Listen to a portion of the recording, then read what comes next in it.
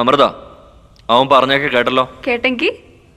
കേട്ടെങ്കി അവൻ പറഞ്ഞൊക്കെ ഞാൻ നിന്നോടും പറയുന്നു.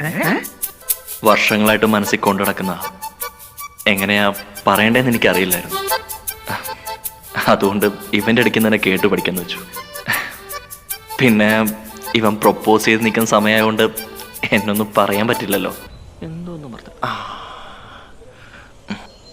ഞാൻ ശരിക്കും ആത്മാർത്ഥമായി തന്നെ പറഞ്ഞ ഒത്തിരി ഇഷ്ടമാണോ തന്നെ.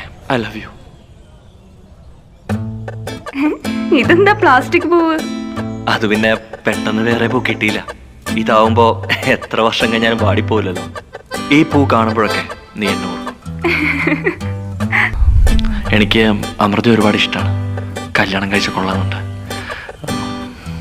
എന്താ ജീവന്റെ അഭിപ്രായം?